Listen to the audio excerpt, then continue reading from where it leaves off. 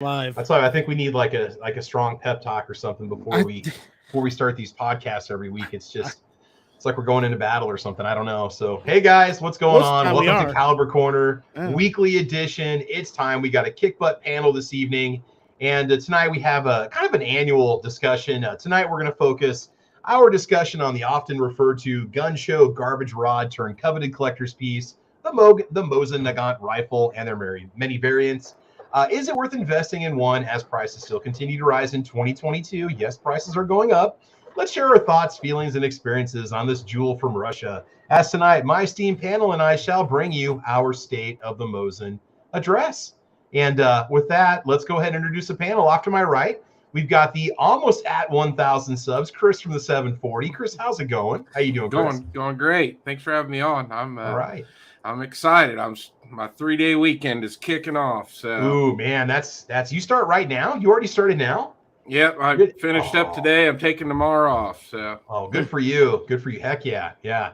So you're close to 1,000 subscribers. I want you to put your link on there, down in there at some point. Everybody, I want you all to go subscribe to Chris from the 740's channel. He's got a podcast that he does. He's got some really cool videos. What kind of content can a person find when they come to your channel, Chris? What's on there? Do a lot of reloading videos, a lot of gun reviews, optic reviews. And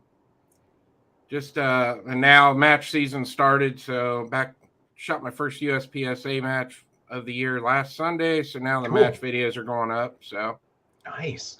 Yep. Can't wait to see you go head against Foos. That's going to be epic. Hopefully one day that'll happen. There you go. Ooh, challenge thrown down. There we go. Foos will probably join in. What's going on? What's going on? Who am I taking on? I'm sure he'll show up here pretty soon. All right, man. Good to have you here, guys. Make sure you get over there and check out Chris from the 740's channel. Awesome. Hey, when is your podcast again? You have it Wednesday nights. We've actually bumped it up to 9 now because G23 is my co-host, and with his work schedule, he wasn't able to get on right there at 8 o'clock Eastern with me. So we're doing 9 to 11 Eastern now on Wednesday nights. Okay, cool. Yeah, it's a great show, and again, I like to listen to it. It's a lot of fun.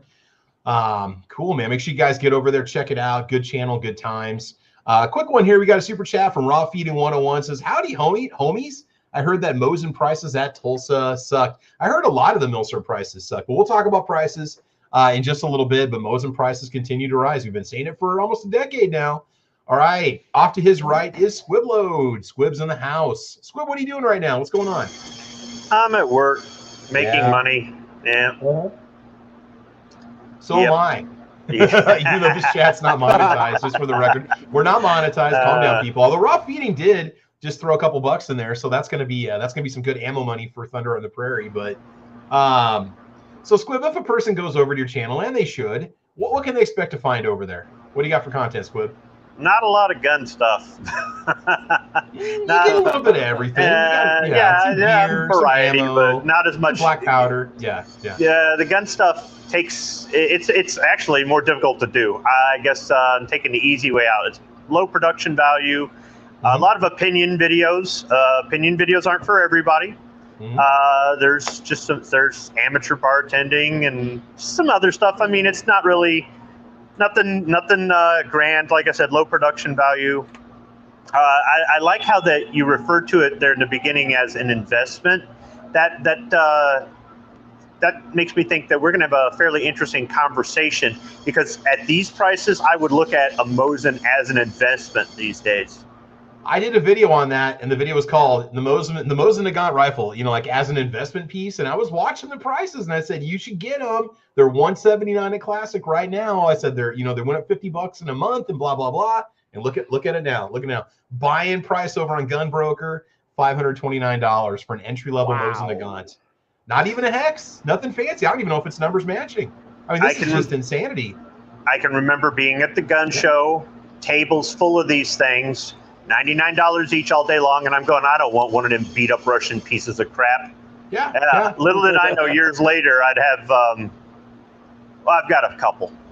I mean, yeah, you can trade them for livestock. You can not trade at those them for prices. I know. You want yourself? I was looking at the Finnish capture rifles, the Tikas or Sakos or whatnot. They're $2,000 to $3,000. So I can't even imagine what a sniper is going to go for. We'll look those up for some entertainment value in a little bit. According to TrueGunValue.com, the Mosin Nagant price is running at an average of $542.87 on their website, and the price has increased $43.02. That's more value than my 401k has risen in the last 12 months. I'm going to start buying Mosins from here on out. I'm done spending my money on these companies and this diversification crap. I'm just going to go buy, In fact, my 401k dropped 8% this month. You think my gun collection dropped 8% this month? Oh, God, no. God, no. We're buying guns in 2022. Yeah. Don't invest in Bitcoin. Invest in firearms. Absolutely. Yeah. Canned goods and shotguns. That's all a man needs. That's it right there. So speaking of canned goods and shotguns, Night Strike, how's your evening going, dude? What's up? What about canned goods? I don't know. It's from Gremlins too. So yeah. So how's your evening going, man? You doing good? Yeah. I'm good. Right. Yeah, I brought my Mosin, but we can't show it on live on air because of YouTube. So sorry. Yes. We got to see it beforehand. It's beautiful. But it looks nice. Yeah. It looks nice for a Chinese Type 53 M44. Yes, and there's video footage of you shooting it, right? You and AWAG shooting it out back in the range. Yeah. Yeah, I've got video. Well, no, the one I showed was me shooting AWAGs first, and I was like, I like this. I got to get one, and it's just like, and then I bought an M14, a Polytech M14 because I didn't want to spend. I didn't want to give Springfield money because they wanted $1,800 for the polymer stock M1A. Oh, absolutely. And I'm like, for $1,800. You can give me a wood stock, but right after I bought that rifle, I found a Mosin Nagant in my area for like $250. So that was a hard thing to pass up, Yeah, absolutely, man. And so you snagged it, you got it. Was that everything that you showed me before we started? The guy had the original Chinese stock, which is all the wood is awful. The wood is toast. Balsa. And then he had a 9130 stock he was chopping down. And I'm like, yeah, okay. And I just went and looked online, see if I could find an M44 stock in like $80. M44 stock looks pristine. The rifle looks good now. Oh, cool. Good deal. Came with a handguard too. Oh, wow. Nice. Yeah. And the sad thing is that it's not just the rifles that are going up in price, but everything associated with the gun is going up in price. You want a handguard or stocks, you couldn't even give them away on eBay. They were $25 a piece. Now they're $100 or more for a stock. I mean, $200 for stock. So if you want to go aftermarket, it's almost cheaper to go with an ATI. If you need an M44 stock, let me know, and I can probably tell you the website I use to get M44 stocks because they probably still have a ton of them. But they're probably Type 53 stocks that have been redone though. But still, if you're at a gun show and say there's one sitting there for sale for $25 or $30, man, I doubt that's going to happen. But if you find one, just buy it. I mean, the resale on those and stuff, bayonets included, yeah. And remember, this was just last year that I bought this. So it's like, it's really hard to find a Mosin for $250 these days. We were talking $375, I think, a year ago, because we would have our annual Mosin discussion just for the heck of it. And say, let's see what they're going for. And they're $375. We're like, oh my God, $375 now, $529. And then I'm like, guys, I got a Mosin for $250. And you're like, what the hell? How did you do that? Remember the good old days when it was a good deal? You need a guy with an auctioneer voice for the show. What about? No, exactly. It's just like, the prices have gotten ridiculous. Yeah. Okay, so I couldn't wait. A Mosin sniper, 1936 sniper, $3,400. Buy it now. Yeah. $4,500. Buy it now. Did you introduce single shot? Buy it now. 40 Mosin snipers. Okay, $24.99 will get you into a Mosin sniper. Don't know if it's legit. No. Magic numbers with bayonet. And the problem is you really, really have to know your rifles. We're going to talk about that tonight too as we get into the rifles. But real quick, we've got one more person that we need to introduce. Out there waiting patiently is Single Shot. Single Shot, how's your evening going, man? Oh, I've had a rough couple of days. Yeah. Not felt good at all the last couple of days. Just crappy. And I just got here to the drop yard. I'm going to drop this trailer. I'm going to drive up to the office. Then I'm going to turn in because I don't blame you, man. Well, hopefully we'll keep you awake long enough to do so. Yeah. I got to stay on talk with you guys. I always enjoy it. So. Yes, Mosin Nagants. I've got 3 of them. And I also go ahead and trade them in for a truck or something, because that's what you're going to get. It's a down payment on a vehicle. I never thought you'd say that about a Mosin Nagant. And, I didn't get mine until like 8 years ago, 7 or 8 years ago. And unfortunately, I think we honestly think we can blame this increase in value on YouTube, because there were certain gun channels that featured them and said, these are the must-have. You want a case of these, you can outfit your militia. They're $129. The ammo's cheap. They're fun to shoot. And then like Iraqi Veteran featured them, and then Nothing Fancy did a video on one, and it's like.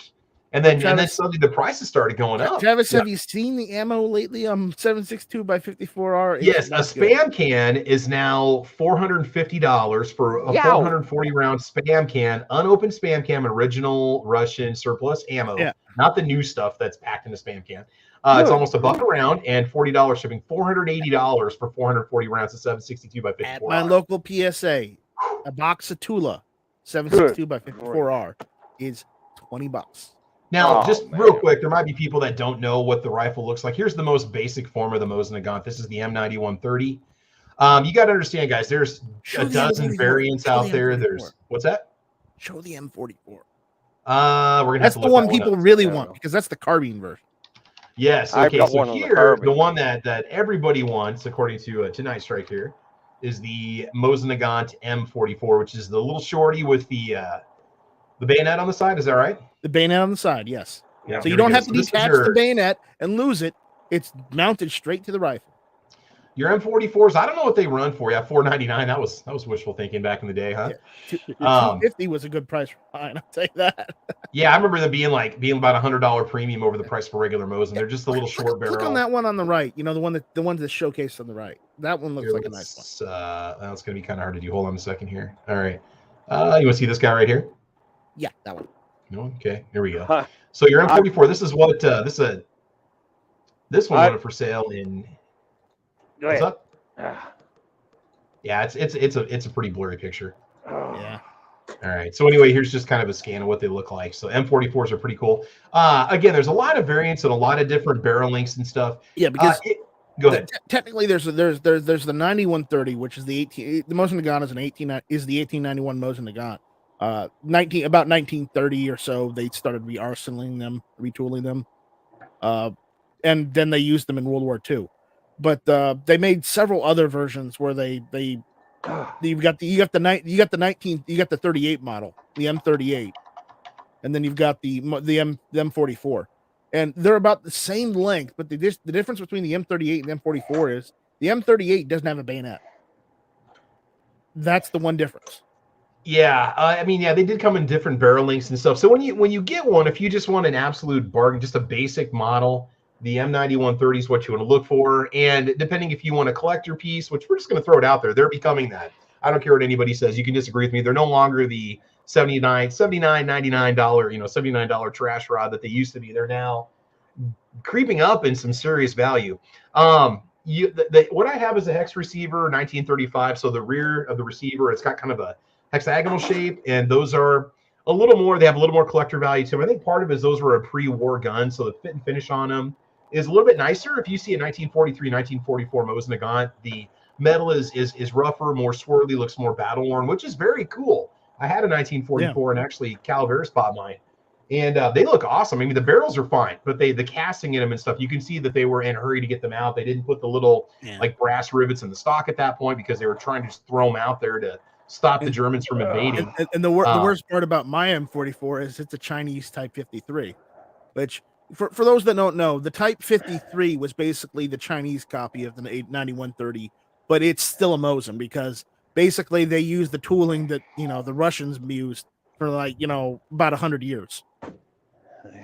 Yeah, Chinese Type 53. I'm looking over on Gun Brokers, going for $450 right now. All the other ones, like Russian ones, are going for $675, $700. There's bidding on them and stuff. So I'm not sure, but I think the Type 53 was only made in the M44 configuration.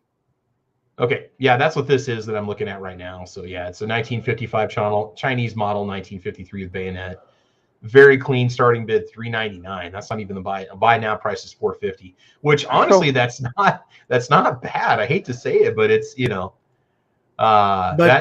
aware that the Type 53s. they weren't made as well, and they weren't taken care of as well as like the Soviet rifles were. So you're gonna have the quality of the rifle is going to vary from Type 53 to Type 53. So be careful. It's gonna work. It's not unreliable. It's just you might have a couple rust spots here and there. So here's another example of one. So yeah, the stocks came in different finishes and colors, and it's a lot of them went back to Arsenal, to their arsenals for refinishing, like you said before. A couple things you can look for if the gun's been Arsenal refinished. Sometimes there's a little triangle kind of cut, like a triangle repair in the back of the stock on the bottom. If you have that little triangle shaped line that goes across the stock, that's going to be one of the indicators that it's been Arsenal refinished. Also, the gun may have been what's called counterbored.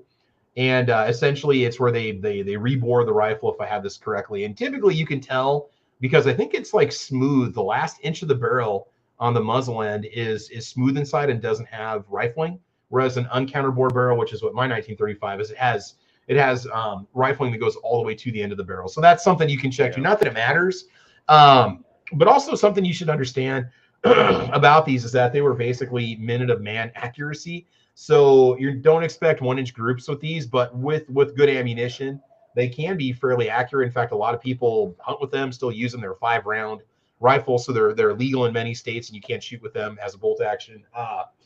Optics, unless you want to permanently modify it, there isn't a whole lot you can do optics-wise for these.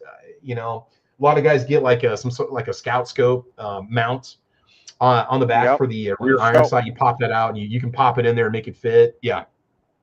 There's a scout setup that you can get, and there's also a kit. I can't remember who makes it, but it requires drilling and tapping the top of the receiver, but you can use like a Picatinny rail setup to get it squared away. I bought my first Mosin. $79. Not bad. You should have bought the whole barrel of them and just sat on them. Yeah, you should have just I should. But the second one, lock mags, not yet. Defense Dad, not yet. They don't take lock mags yet. No. No. I bought the second one for $99. This last one I bought, I paid $159 for it, and I just didn't have the time to take and strip that rifle down to get that cosmoline, packed in cosmoline. It's pretty nasty. So I paid a guy a 30-pack of brew, and he cleaned her up for me. There you go. And he did a hell of a job, too. If you happen to get one that's got cosmoline on it, which is be kind of like this, I can't even really explain. It's almost like a paste, like a sticky glue, like paste that's all over the gun.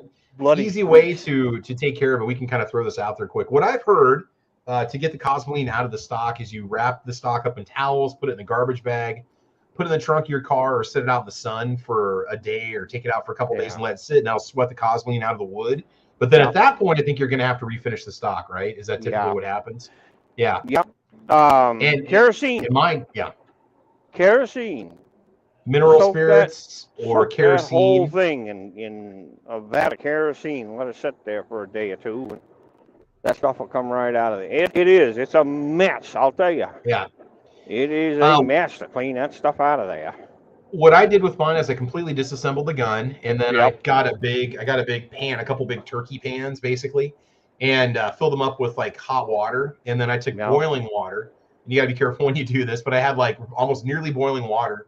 And then I basically poured that down the barrel, and then I scooped it up and with the pan, and a mix of like 50-50 simple green and water, and just keep pouring that down the barrel and soak the parts in it. And that cosmoline just kind of goes up towards the top, and you can kind of shake it off and dry it off quickly.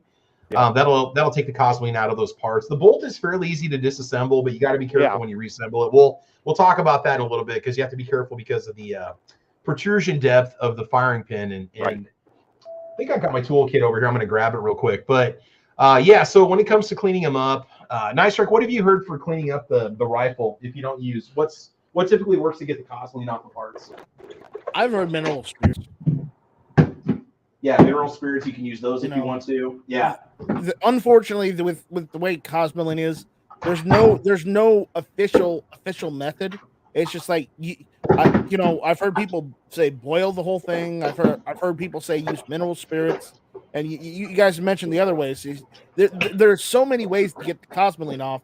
All it just honestly, at the end of the day, it's not about which chemicals you use to get the cosmoline off. It's about how much elbow grease you put into it. That's what it really is. Yeah.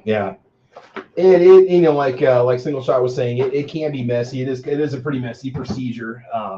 But once you get it cleaned up, and the thing is, if you run the hot water through and soak in Simple Green and rinse it and stuff, you want to make sure you put a coat of oil on the gun too, some CLP over every single inch of it so it doesn't start to rust. You want to make sure you just wipe everything off, and then also make sure you clean out the barrel with run a patch down the barrel with some oil on it.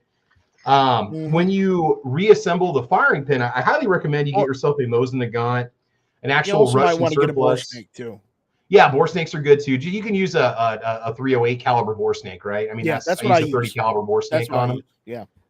You want to get yourself a Mosin. You want to get yourself a Mosin Nagant toolkit, like a rifle kit that comes with it for the tools and stuff. And I found actual surplus kits on Amazon. These are real ones that you read the reviews and stuff. Yeah, I got the same one.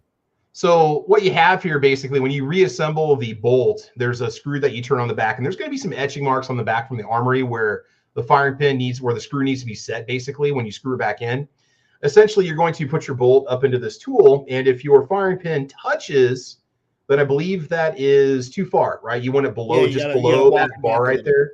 So if it touches it or goes above it and pushes up on it when you lay this across the bolt face, it's going to blow out your primers and you're gonna have some problems. So you got to make sure that you don't, when you're tightening that firing pin, when you put it back together, just watch a few YouTube videos on it and you should be fine when you do it. This actual tool has the actual Tula stamping on it. So this is just a Mosin Nagant.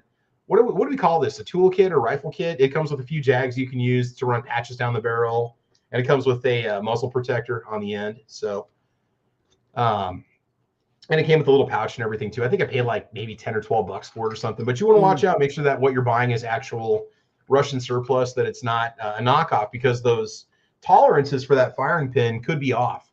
So you want to be very, very careful with that when you do so. Okay, so Steadley says there's a witness mark on the rear of the bolt with the firing pin. Yeah, so they're basically it's gonna have some etched on the rear of it so that you don't blow out the primers. So Travis, says, I can't show it on camera, but I can do this. You can take the bolt out if you want to, but yeah, you can show the bolt off. I could do that, but I don't want to have to disassemble the whole thing. No, I hear you. It's all good. It's good. But I can mess with the action. There you go. Yeah, it sounds wonderful. There you go. Let's see here. Defense Dad says that they probably aren't fully semi-auto, so our administration is fine with them. Yeah. Kevin Jung says we've used to have cosmoline removal parties, made an easy bake oven for the stocks using halogen flood lamp. Jeez, that's pretty hardcore, man. There you go. Oh, cleaning rod. Yeah, the cleaning rod comes with the rifle typically. What's that? I found 22. Good for you. All right, man. Excellent. It's always good to have some 22, man. Now go out and make some videos with it. Let's see. Steadley says hot water and Dawn dish soap. That probably do the job. Rolling Trip says at less than $200, the Mosin was a good deal. Nowadays, they're not worth the price. So, if you don't have one, they're not going to get any cheaper. So if you just want one just to have one because you maybe been fascinated by them, or you just want one for the collection, or maybe you're a milcert person, then go ahead and buy one. But again, they're not getting any cheaper. Every time we do this podcast, they go up or $100. And so if you don't have one, you definitely want to make sure that you do get out there and find one, because they're not getting any cheaper. Let's see. X Adam 1 says, if you have a Mosin for an investment, I would think that you would just leave it in the cosmoline. Yeah, if you don't have any, if you don't have any kind of real desire at all to want to shoot it, you just want to sit on it, let it accumulate value, whether it's in cosmoline or not, a person's still going to buy it. Whether it's cleaned up or not, nobody cares, because the majority of the ones that always pop up on classic firearms from time to time, they're still in the cosmoline, and you don't really know what you're going to get till you get them all cleaned up. I've always been a proponent of buying one, getting one that's been cleaned up, that's like a gun show, because you can see it, look at it, check the bore, make sure it's not pitted out. Now, the other thing too, you got to watch out for, if you run some of that surplus ammo through it, or old ammo, or milsurp ammo, those rounds had corrosive primers, if I'm not mistaken. So you want to be sure to clean out the receiver. What's that? Make sure to clean it up, because you don't want a rusty bore. Yeah. What do you recommend for that? I've heard Windex, but some people say just hot water will take care of it too. But do you guys know? I don't know. I don't run corrosive ammo through mine. I only run newer believe it or production not, Wolf. I've heard this, and I don't know the validity of this, but this is what I've heard. Some diehard Mosin guys run ammonia through the barrel just after shooting corrosive ammo. Okay. And then after they do that, then they get, the suds out and they scrub it out, and then they, wipe it down, clean it off, and oil it. Yeah, I mean, I know that's good ammo, but I really wouldn't. I mean, there's decent modern production ammo that you can use. I would just use Tula or any steel cased ammo, honestly. Yeah, Wolf. Yeah. And see, that's just the thing, though, is if you buy any new production steel case, Wolf, any new production steel case is going to be non-corrosive. Yeah, it might be a little dirty, but that just means that you get extra carbon scarring on it. You just brush it off. But the point is, get modern ammo. You can have as much as you want of surplus ammo, and keep it for a rainy day, but don't shoot it, honestly, if it's corrosive, unless you don't have anything else and it's your last resort. That's what I'm telling you. Well, for that stuff, I have go ahead. I have a way of doing that. I treat that just like I do black powder. As long as you clean it up that afternoon or that evening, whenever you get back to the house, I'll take a pot of water, boil it, and then I'll run a phosphor bristle brush down through it. Stick that muzzle down in the water and scrub it out that way, and then I'll use a swab and suck that water right up into that thing. I also like to try to put about half a teaspoon of dish soap in it, Dawn, or something like that. After you do that, give her a good shot of WD-40, get rid of the moisture, run a patch of oil down through it, and you're done.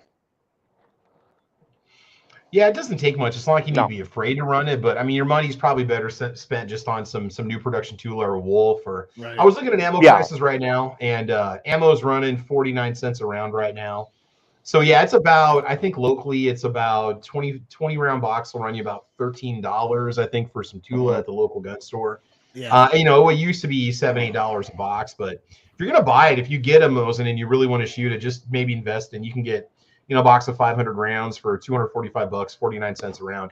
You got to remember, guys, it's a fairly large round. It basically would be on par with a 308, I think. 30-06. Oh, 308. Yeah. Now, Travis, I'm going to make a segue here real quick to mention something, because I showed the 22 ammo I got the other day, and they did. One company has made a mini Mosin where it's basically they've got. I've got one.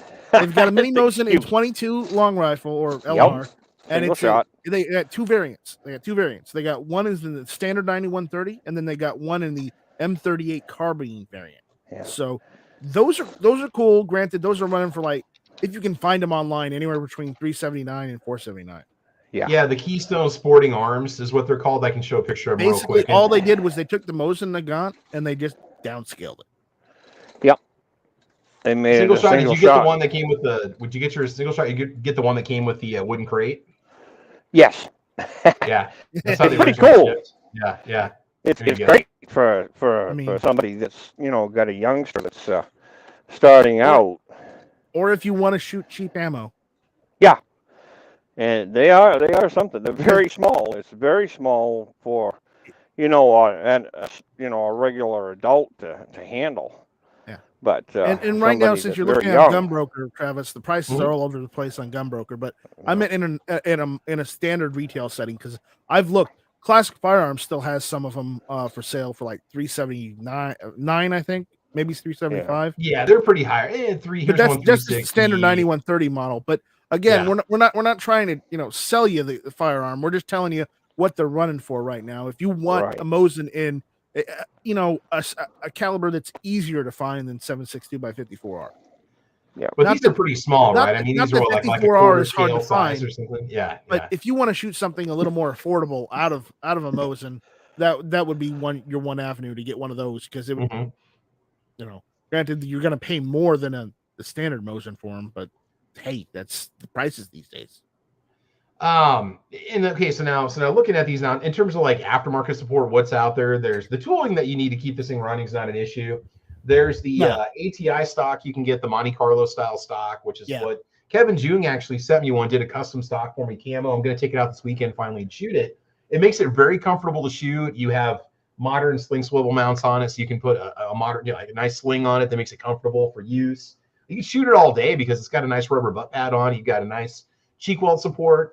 You can also get the Archangel stock, which runs about $200. That gives it more of a tactical look. Gives you a bipod mount. 10-round detachable mags. Yeah, that Archangel stock is pretty sweet. I'd consider picking one of those up. It kind of seems like overkill, but again, you can shoot these things out to 400 or 500 yards.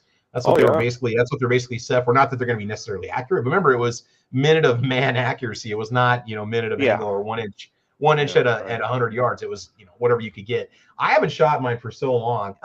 There's also a company that makes different size stems for the front sight. So if yours is shooting high or low, you have some windage that you can do on the front. I've got an actual sight pusher tool that you can use. You got an elevation on the rear, but they might just naturally shoot high at 100 yards just because it's designed to go so much further out. Maybe it was originally designed for 203 yards. I've also been told that if you shoot it, you want to make sure that you shoot it with the bayonet on it, because it was with the bayonet is how they were designed and built to be fired. So that's how they're most accurate. I don't know if that's true or not, but they might have like an offset or something in it when you're using it. Yep. And also Choate makes a Monte Carlo stock for those as drop-in. They're quite a nice stock. You take your action out of the wood stock and drop it right into that one. And, you get your sling swivels and rubber butt pad, the whole 9 yards. Nice stock. Yeah, there's quite a bit, and there's also a lot of different mounts you can use for that rear iron sight if you want to put an optic on there. There's somebody out there. I mean, not that it's going to be the most accurate thing, but it's going to be on there. So Chris, I want to ask you this question. Last night, did you guys get into the discussion on Mosin ammo? Somebody was asking about casting bullets for the Mosin. Did that ever get into the discussion, or is that? I saw that comment post, and I actually went to bed shortly after that comment got posted. But I don't think we ever really discussed it on the panel. I think it was Reloader 762 was telling, I believe it was Ting Ting was asking the question, and I think he said he does reload for it. But yeah, we didn't get into the discussion on the panel. Okay.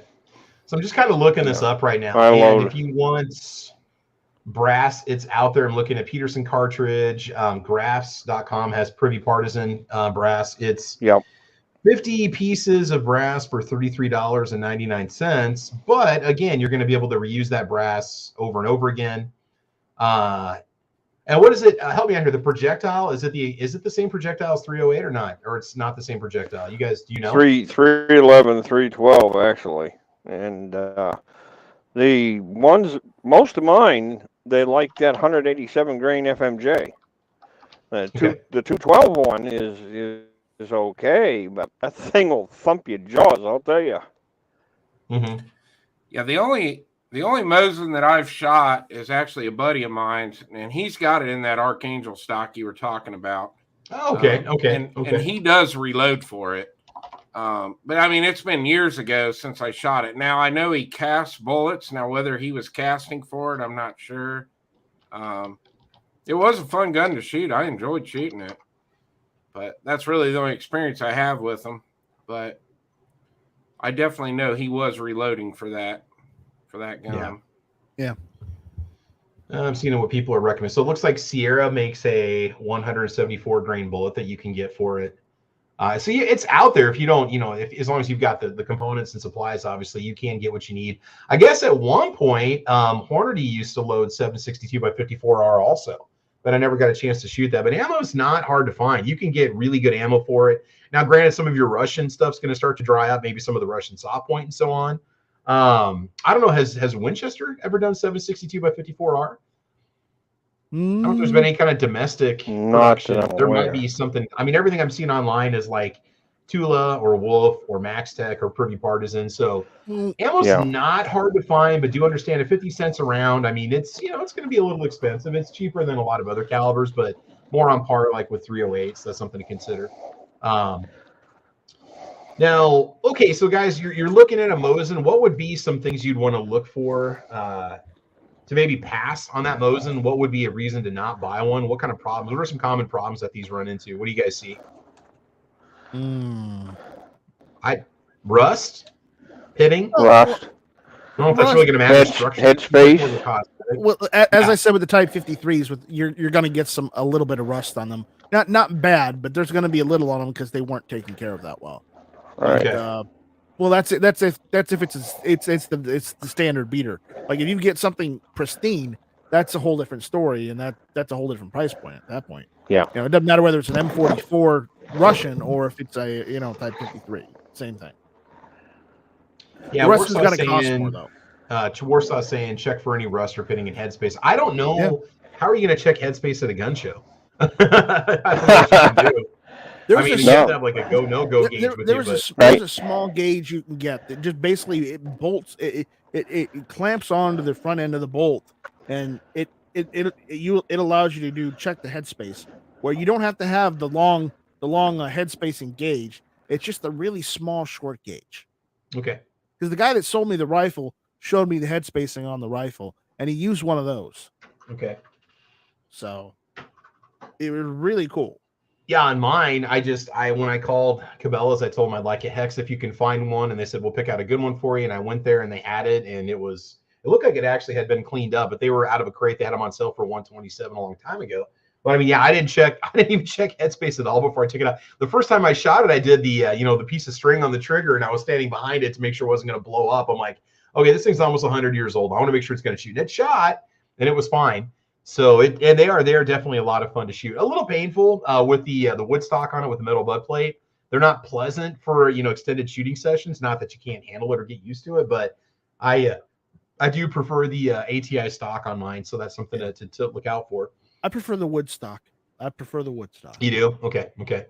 Yeah. And I don't know if those M44 style ones maybe have a little bit less kick because so much of the powder comes out of the front. You get so much less of the.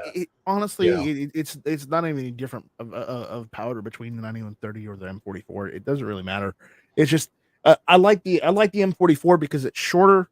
I didn't have to sporterize. It came short, so I didn't have to sporterize or mess with it to alleviate weight or it was too heavy or whatnot. No, the M44 was just right for me. Yeah, I would say if you get one, please don't sporterize it. I mean, you can do what you want, but as much as I'd like to lop a foot off this barrel and make it look wicked sweet, it's just not. If it was like a non-numbers matching just beater and I didn't care, I'd consider doing it. But the problem is, Travis, there's a lot of 9130s that got sporterized, between the moment they started importing them in the U.S. or from the moment the Westinghouse rifles got sold in the U.S. because the Russian Empire fell, and that's anywhere from 1918 or 1917 to 1918 to let's say within the last 20 years that people were sporterizing him for that long time. So you're gonna find tons of sporterized Mosins if people decide to sell them. Okay, but that doesn't mean there aren't normal examples of Mosins, but just be aware. If you look, you will find sporterized ones out there. Don't play into some guy's idea that the sporterized Mosin is worth more than say my Type 53 that has an original stock on it. Yeah. Because I got a replacement original stock for this rifle. Okay, so it's honestly that rifle is probably worth about $250, $350. Okay. But don't pay more. Don't pay that price for a sporterized one where they took a 9130, they chopped the barrel down, they soldered a front sight on, and then they chopped the stock. Don't pay $600 for that. Period. No. Do not. If you're gonna sporterize that rifle, get that choke stock. That way you're not modifying anything. Yeah. The sporterized rifles are out there, and it's not to say that it's anybody's fault that they did it. It's just it happens to the rifle, happens to tons of surplus rifles. It doesn't matter whether it's a Mosin or not. Okay, but the point is, if you have a sporterized rifle, unless it's dipped in gold, it's not worth $600. I'm sorry, it's just not. At most, it's worth anywhere between $175 and 250. Stretch. Well, yeah, I'm seeing sporters going for 300, 350 on Gunbroker. It's Gunbroker's a bad place to look for gun for It's prices. not worth it, honestly. No. When you're looking for the numbers, you're going to see the numbers that are punched on at the actual. So you're going to be looking for actual. So here's my bolt. The actual like punched in number is going to be punched in, not electro pencil. Sometimes there were other numbers that were sketched in them. That would have been from the armory to keep track of them. That's not going to match the same number as the serial number of the gun itself. So it's going to be on the bolt. It's going to be on the receiver, usually across the top. It's going to be on the butt plate. It's going to be on the magazine cover. So those are things to look for. Make sure that those are numbers matching before you take purchase of it. Also, if they won't let you check the bore, don't buy it. You want to make sure that you can definitely run a flashlight down the bore. Check it to make sure it's not pitted, to make sure that the rifling is there. That's nice and strong. And this is what I was talking about with the bolt. When you fold the bolt around, when you pull the safety around on it, you've got your bolt. There's your bolt face right there. With your tool, you set the tool across the top like this. And if I can drag it across the top, move back and forth, I don't know if that's going to be in focus or not. And it's not being pushed up by the firing pin. That means that it's proper, I don't know if you want to call it proper spacing for the firing pin. So it's not actually pushing up. So when I reassemble it, I know I've got like a millimeter here before I actually hit that. And if you protrude too far, you have to worry about blowing out primer. So that's why when you reassemble the bolt, if you clean it, you want to be very careful with it. It's a little bit of a pain. It's, the spring is pretty tough in these things too. And they're not the smoothest rifles on the planet to, there we go, to shoot. And the bolts can get kind of sticky, especially if you've got any kind of cosplay inside the receiver. All right, there's Night Strikes. Yeah. Oh, you're muted, buddy. Sorry about that. No, that's all good. Okay, go ahead. But yeah, this is out of my gun, but it's honestly the bolt is actually really clean. So even after shooting it and not cleaning it. Oh yeah. They're not that hard to clean up. You don't have to do like a full takedown. There's only two screws with it, and honestly, I just went over it just a second ago with like some a cloth and like some CLP, and that's all it needs. Yeah. I mean, you can scrub it if you want, but you don't have to, because these bolts are built to last. So yeah, they're pretty durable, and there's not a lot of parts that make them up. And the reassembling the bolt can be a little tricky at first, and sometimes the video quality is not the best on them and stuff. But so Squibblet over there, he's got his picture posted of his Mosin Nagant. Squib, have you done any reloading at all of Mosin ammo? Have you done any 7.62x54R? I can't recall. I've got everything I need to do it. I honestly don't remember if I have, but I know that I was trying to get information on the finish load so I could do 7.62x53 rimmed. So there is a minor difference. As far as I know, they're completely interchangeable. And the brass that I have is marked 7.62x53 rimmed. But I haven't made any to the finished standard, but I can't remember if I made some to maybe some of the standards in the reload manual or not. There's some calibers that I haven't shot in so long I'd have to go into my reload data book to tell you if I actually made anything up for it. But I've got the ability to make a lot of different stuff. One thing. Oh, here's Jim Burgess out there. Hi, I've got a PSL and an X54R. Yeah, that's some money right there, buddy. That's like $2,000 at least. But there's X Adam on. Tommy Gun, what's the price up in Canada? He's probably like, man, we got barrels of them. We can't even give them away up in Canada. Like everybody, their dog has one, and they're probably buy one get one free up in Canada, where you can have all that, and you can have all kinds of crazy Norinco firearms that we don't get here. So there's Tommy Gun. He goes 7.62x54R is cheap up here. Tommy Gunn, what's a Mosin Nagant cost in Canadian money? Of course, the exchange rate's going to be a little bit different. What's the Canadian price? What is it in Canadian rubles? Canadian rubles. Canadian rubles. Ouch. Man, I'll tell you what. Jim Burgess says, I wanted at Kalash Bash. There you go. That's right. The little AK-47 get-together that they do down there in Texas, right? Yeah. That's pretty cool, man. We always put some really cool footage of that up there. So he says 1,000 rounds is 250... 1,000 rounds is 250 Canadian. You put 250, 500. So 500 Canadian for the rifle, and then 250 for the ammo. Wow. But it's not the same exchange rate. I want to say that it's like maybe $1.25 American. No, $1.25 Canadian is $1 American, something like that. I don't know. We have to look at exchange rate, but yeah. Let's look at the exchange rate. Give me a second. There's still a pretty good deal. So yeah, you definitely have to find that out for us over there. I haven't even checked like any of the other places. Right Most now, places are sold out. $1 Canadian dollar is worth 79 cents. $1 Canadian dollar is stronger or weaker than the American dollar? $1 Canadian dollar is worth 79 cents in the United States. Okay, so it's about almost about one quarter for every dollar difference in our favor. So yeah. One other thing too that's not been mentioned when folks sight those in, you got to remember all those markings on that rifle is metric. So you have to remember that when you go to sight it in. Well, the earliest Mosins, the first couple of years, they had some weird measurement, right? It was like pre-metric or something. They're Arshins. Arshins? Arshins. Yeah, it's an older Russian unit of measurement, and then later most of them were converted in the arsenal to the metric standard. Yeah. Yeah, mine goes out to 2,000. Yeah. 2,000 meters. So yeah. If you look at the settings on the height.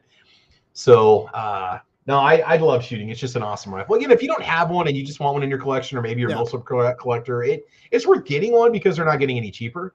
Tommy said it was still 500 CAD for the rifle and 250 for the ammo.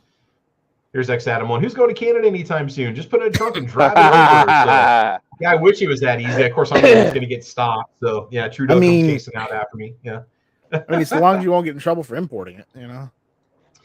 Yeah, I didn't look. Now, here's the other thing too. So say you want to hunt with it, right? You're going to want to use some soft point ammo. I've got 5 rounds of soft point, something I bought at a gun show. I think it was one of the Brown Bears or something. I didn't check prices to see if that's going to be really hard to find, because as the supplies dry up, now you're also going to see, prices drop off there too. So, don't think you're getting into it because it's going to be super cheap to shoot. At one point it was. And I was buying 7.62 by 54R at Walmart for $8 a box back in the day when they still carried. And I can still get it now, but it's definitely almost double the price. I think it's 13 or 14 bucks here in Nebraska for a box of it. So almost consider getting into reloading it. You can get yourself a nice set of brass. You can make custom tailor some rounds for it. I can't imagine it's that difficult. So yeah. Lyman makes the dies. I've got a set. So yeah. Again, you can find it now. Again, primers and powder. I don't know what you do for powder, but you can definitely look the roundup if you want to find out what you're going to do. If you've already got other Milsurp rifles, you can use the same powder.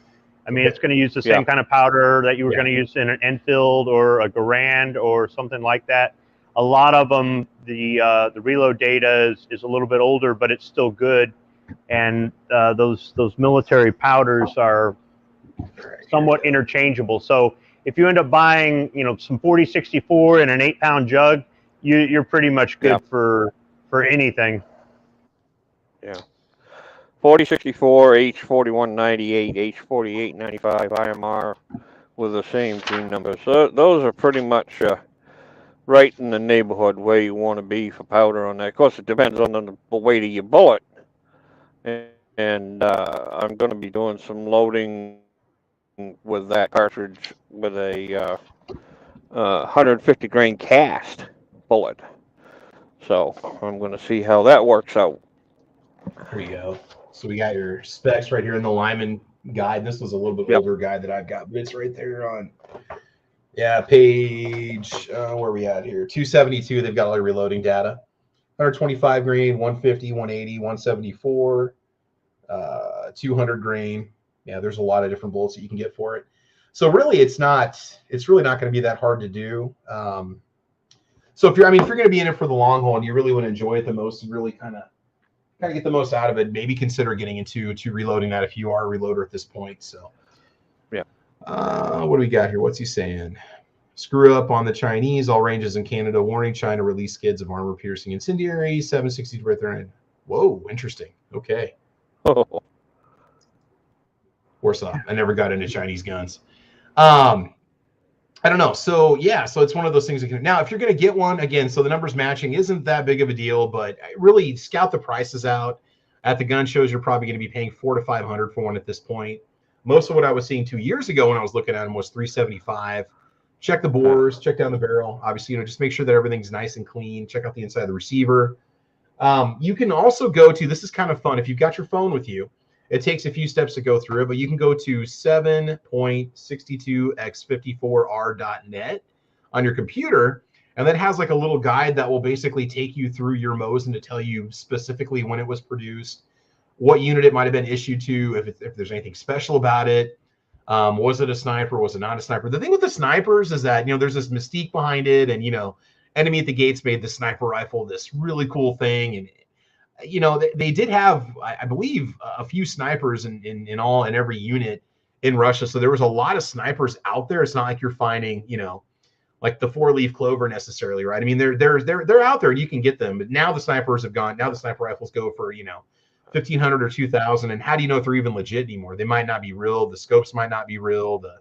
There's a lot of good knockoffs and fakes out there. I would not get one unless I had 100% certification that it is a legit sniper. If I get the sniper version of that rifle with the scope and stuff, but at that price, you're probably looking at paying $3,000, maybe $4,000 for one if you're going on gun broker prices and so on. So the scope and mount on that rifle is very unique as well. Very interesting. Rob Feeding says, I missed a super chat. No, I mentioned yours. Did I have a second one out there that I didn't see? I don't know. I said caliber. Oh, here we go. Okay, there was a second one. Here it is. Caliber corner idea above. All right, here we go. Do people like surplus guns like the Mosin only because the gun community puts them on a pedestal? They're expensive, hard to get parts and ammo for, kicked in Cosmoline and so on. That's a good question. I don't know. God, can you guys explain this one? I don't do a whole lot of milsurp, but yeah. What does he mean hard to get parts and ammo for? Do we treat them like there's something super exclusive, like you get that milsurp and now suddenly it's God's greatest gift to the gun world or something like that? No, I bought mine because of its historical significance, the fact that it could have been used in a war. It was inexpensive at the time. It was in really good condition. It has some sort of a battlefield heritage to it or lineage. It is a go-to-war weapon because it was probably used in a war. I mean, that's part of it with me. What is the mystique behind milsurp, guys? What do you think? I mean, they weren't always expensive. That's just it. Yeah, okay. Initially, a lot of people were buying milsurp guns and ammo because they didn't cost a lot of money. They wanted to get into guns on the cheap, or they had that little bit of cash in their pocket and they're itching to get their new gun, and hey, this is the right price or whatever. And sometimes you can get something and have a lifetime of enjoyment with it, and it doesn't really cost you a whole lot over that lifetime. And other times your sources for inexpensive ammo dry up, or you get it and then you find out it's $40 a box for ammo or something, and you didn't expect that.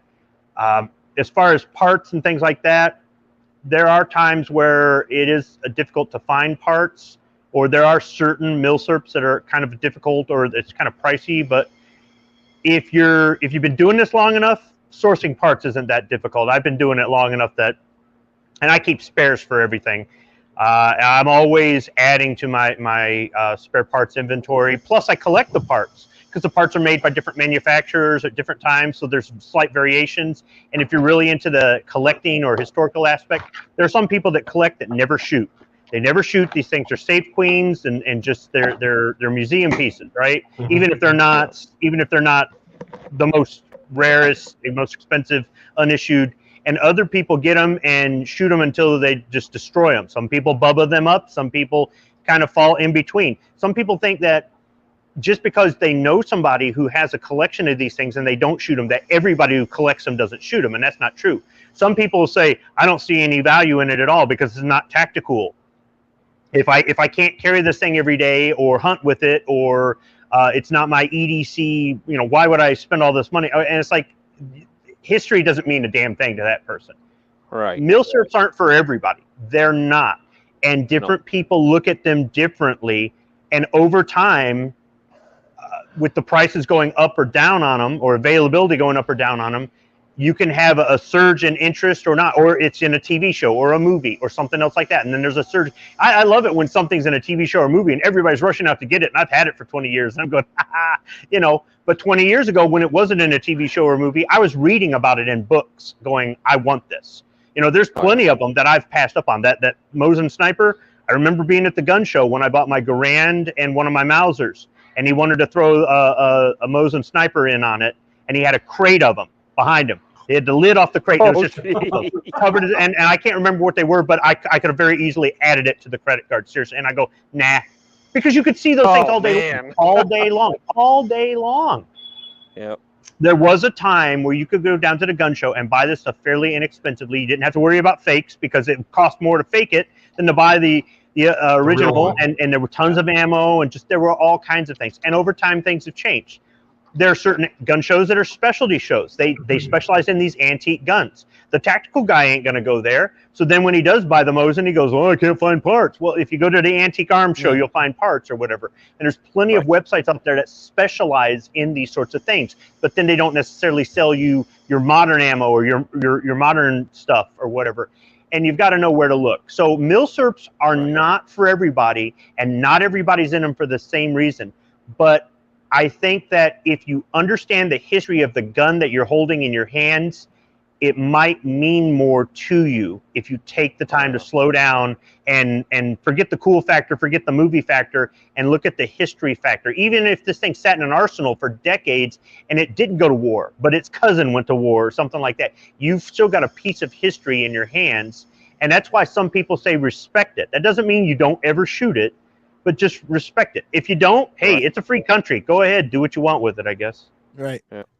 You know how I mentioned earlier that there were Westinghouse, made Mosins like, and they never got delivered to Russia, right? There's a caveat to that. During World War I, the Russian Empire they couldn't make enough Mosins to field to the front lines, so they contracted with a bunch of companies, out here in the United States. Of two companies I know, which were Westinghouse, and everybody knows Westinghouse, and then the other one was Remington. Okay, and those are the two American-made Mosins made to Russian spec, and some of them got over there, but a majority of them that were in production, they basically, once the Bolsheviks took over, they dropped the contracts, said we don't want them. We don't want them. The American government bailed out Winchester or Remington on that, but I don't know about Westinghouse. No, they bailed both of them out. Okay, and I know they used them as drill rifles, and they used them for cadets, and they used them for like National Guard units and stuff like that. So it's a little bit of both, though. If you look at it, though, right? It's an American service rifle, but it's also a Soviet service. Some of them went into U.S. service, and some of them went to, what is it? The surplus market. So, that's a scope right there. Yeah. That's a strange bugger. Of the 9130s, I'd want a Remington or a Westinghouse. Should I buy it? That's a PU scope, is what the designation is for it. Yeah, I've got a Tula. I guarantee that's legit, guys. I got a Tula rifle. Yeah. The Tula's got the star with the arrow in it, right? Is that right? Because I think that's so. Because he also made Izmesh. I can never pronounce it. Izvek. I can't pronounce it correctly, but I know that there's Tula and Izzy were the two main Russian ones. Yeah. I was gonna look up one of those Westinghouses and see if they're actually listed. So all right, Travis, probably I gotta head out. One. You taking off, dude? Yeah, I gotta go deal with family. All right, man. No problem. Take care, buddy. Bye, everyone. Take it easy, bud. Have a good one. So here's a Westinghouse Mosin Nagant M91 starting bid $699. So if you want something that's a little more exclusive, it depends if you really want to buy it as an investment piece. Look at some of the Tikka Mosins and the Sako Mosins that are out there. You can really start to spend a lot of money. If you really want something that's going to gain value over time. There's a lot of them out there, but the prices do vary, and you want to do your research before you buy it. Make sure you're not buying something that's been faked. And some of the Mosin snipers, like when they went back to the arsenal, they had taken the scopes off of them. And I think what was the deal with the Mosin snipers? It was whatever rifle out of a batch of 100 that was the most accurate was the one that became the sniper rifle for that unit or something. There was some system they used for it. And then when they went back into the arsenals, they took the scopes off and filled the holes. So a lot of the times, if it says, oh, this is a former sniper, well, it might have had a scope on it at one point, but if the holes have been filled, then you may or may not be able to remount an optic on it and convert it back to its original glory. That's something you can run into also if you get it. So Steadley says mine is a Molot Mark refurb. Yeah.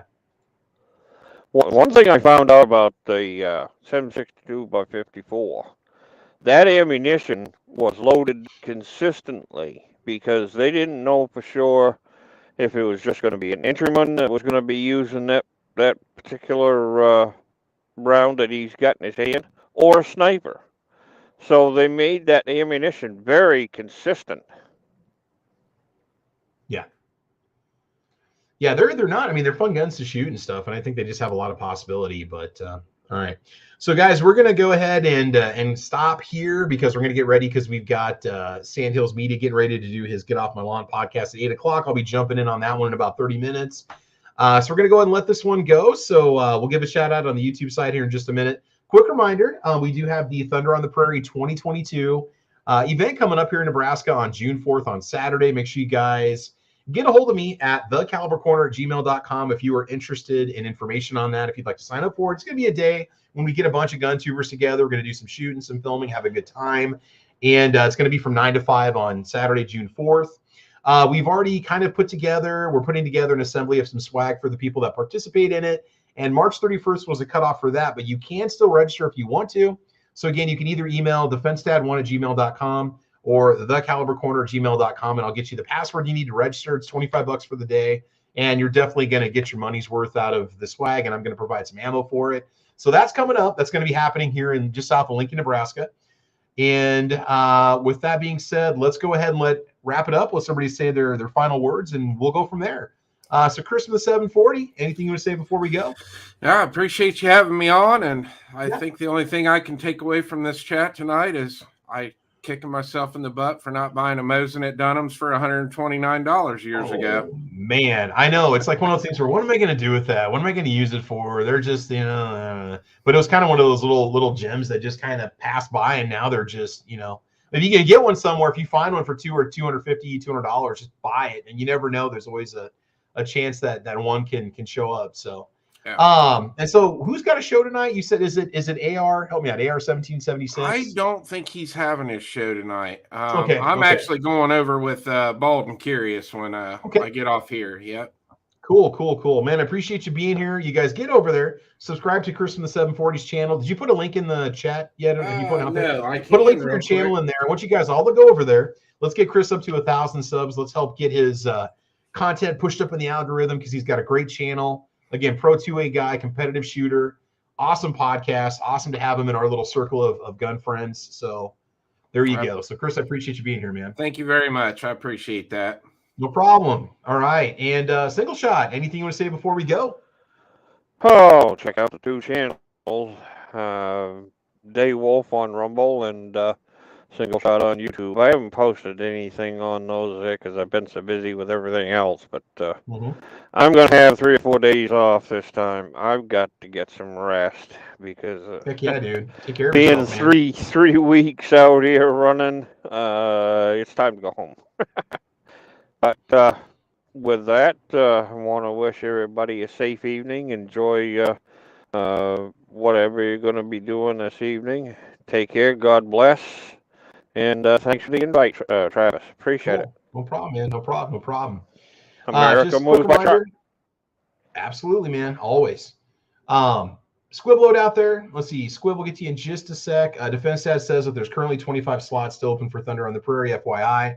We do have about a dozen or 13 people, I think, signed up right now, and there's going to be a few more that we know that'll be there. So that's going to be happening. It's going to be a good time. It's going to be kind of like our own little mini gun tuber day, and just to have some fun. Some smaller channels can kind of meet and network, and we're going to try each other's firearms and stuff, and test out a few different weapons and stuff. It's going to be a good time. It's going to be a lot of fun. Real quick, Raw Feeding 101 says thanks for the shows. Nice to attend live.